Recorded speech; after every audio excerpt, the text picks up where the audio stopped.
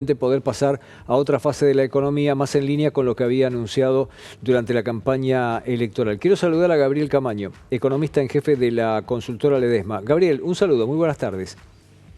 Muy buenas tardes, ¿cómo andan, Pepe? Un gusto. Bien, lo mismo digo, vamos a ver, finalmente todo indicaría que, parece un hecho, que Caputo va a ser finalmente el ministro de Economía. ¿Alguna lectura en particular en base al expertise de Caputo, que no es un experto en la macroeconomía propiamente dicho, sino que parecería venir más del palo del ámbito del sector financiero y demás? En todo caso, para tratar con urgencia la necesidad de abordar algunos instrumentos tan complejos como las LELIQs para la economía argentina? Bueno, parece que el foco está puesto ahí, ¿no? Sí, creo que empezamos a ver en términos concretos lo que era la moderación del discurso, que no tenía un correlato. Él había moderado el discurso en el último tramo de la campaña, pero no había concretado en medidas o en nombres esa moderación de discurso. Ahora empezamos a ver el correlato probablemente de esa moderación de discurso en nombres. Empezamos a ver ese relato de la moderación de discurso en cosas que se descartan, por ejemplo, la variante de dolarización que había aportado Ocampo y que había sido el caballito de batalla de Milei, pero falta que conozcamos un montón de cosas, digamos. Por ejemplo, lo que vos decías, o sea, que Milei haya optado por no hacer la variante campo no significa que no vaya a dolarizar, por ejemplo. Puede buscar otra forma de hacerlo, con otros tiempos. Pero bueno, claramente hay una moderación en ese sentido. Lo que tenemos que terminar de entender es hasta dónde llega esa moderación. Caputo es más del palo financiero, por decirlo de alguna manera. Fue ministro de Finanzas, fue presidente del Banco Central en un momento muy particular, digamos. No fue una presidencia del Banco Central normal, digamos. Fue un presidente del Banco Central de emergencia, digamos, en un momento donde el principal problema que enfrentaba el Banco Central era el desarme de las LEVACs, pero de particulares, porque en ese momento había LEVACs que no eran de los bancos, sino que eran de particulares y directamente se desarmaban esas posiciones especulativas para comprar dólares, ¿no? Entonces, un momento muy particular. Un presidente de bancos, un piloto de tormenta por algunos meses, en el contexto de un acuerdo con el fondo encima, que no dejaba intervenir. Entonces, una situación muy, muy particular. Pero sí, me parece que Milei parecería poner el principio, el foco en conseguir fondos y ver si le encuentra alguna solución a las LELIQs, que por lo que trascendió hasta ahora, más que soluciones, es cambiarlas de lugar nomás. ¿Cómo sería ese proceso? ¿Cómo es cambiarlas de lugar?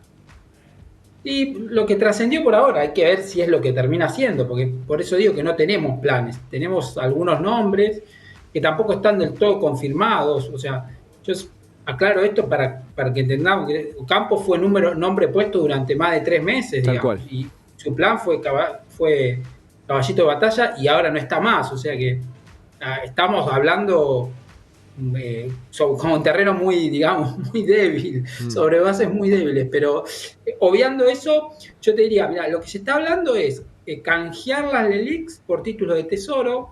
Algo hizo en su momento de eso Caputo con los Bonte, con los bonos del tesoro, los Bonte de 2018. Eso en realidad lo que hace es, vos a los bancos le vas a decir, bueno, anda, saca tu LELIQ en el Banco Central o tu pase, que es a un día, trae los pesos, suscribime estos títulos del Tesoro y te llevas estos títulos del Tesoro con los que yo te dejo integrar liquidez. Entonces, las LELIQ salieron del balance del Banco Central, el Banco Central no tiene más LELIQ, pero ahora la deuda la tiene el Tesoro, ahora tiene un título que se llama el Bonde, o sea, a nivel consolidado, la deuda no cambió, no la tiene más el Banco Central, eso es cierto. Si lo haces a condiciones de mercado, la tasa no puede ser muy distinta a la que paga el Banco Central. A lo sumo será mayor, porque los plazos son mayores, no menores, digamos, con lo cual los intereses, desde el punto de vista del resultado consolidado, tampoco habrían cambiado en este esquema. Y sí hay un tema de plazos, digamos, que viendo por el lado positivo, alguien te puede decir, bueno, claro, pero estos bonos son muchísimo más largos, entonces me saqué el riesgo de escalce de encima, Pero ahí el problema que tenés es que las LELIQs, lo que tienen como, las LELIQs y los pases, lo que tienen como contrapartida son los depósitos que están colocados a 30 días o menos. O sea que si va un depositante al banco y le dice, no, no tengo peso, tengo bonte 2025, se arma un lío. Entonces alguna solución le va a tener que encontrar a eso, va a tener que dar alguna ventanilla de liquidez o algo. Con lo cual eso tampoco cambió demasiado. Por eso te digo, lo que se está hablando por ahora es más sacarle el problema al Banco Central y pasárselo al Tesoro. Si uno quiere verlo por el lado positivo, es reordenar, transparentar, pero ese stock de pesos y ese pago de intereses va a seguir ahí, digamos. O sea, no es que mágicamente va a desaparecer. Y Gabriel, ¿no se pueden esterilizar si fueran pasibles de ser esterilizadas?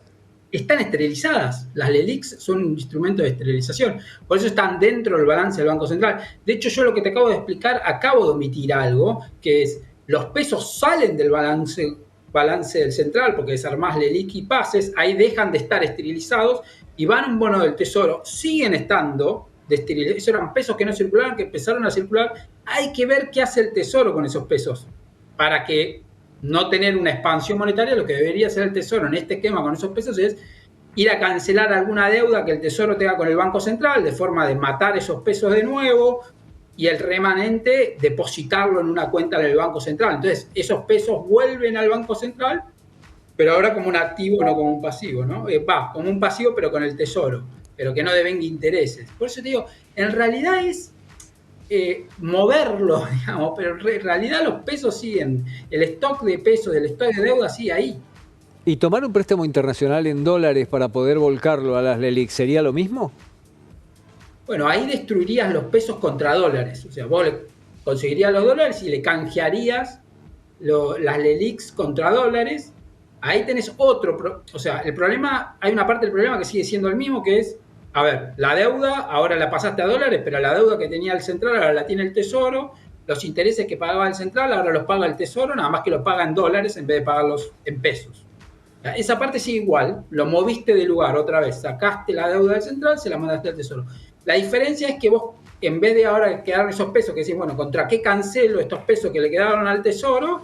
Esos son dólares que el central o el Tesoro le dio a los bancos, y el problema que tenés es cuánta deuda tenés que emitir. Tendrías que emitir, depende del tipo de cambio, pero podríamos decir 20.000 millones de dólares, 25.000, depende del tipo de cambio que le quieras hacer la conversión. Son muchos dólares a las paridades actuales, o sea, deberías emitir más del doble de nominales, y eso es más de la deuda que hoy Argentina tiene, digamos, circulando, revolving en el mercado, con lo cual tenés un problema para la sustentabilidad de la deuda y tenés un incremento muy importante del gasto en intereses de la deuda, ¿no? Eso es un tema fiscal, vas a tener que hacer un ajuste fiscal mayor para compensar eso. Gabriel, gracias por el tiempo. No, de nada. Un saludo muy cordial. Gabriel Camaño, economista en jefe de la consultora Ledesma. Seguimos.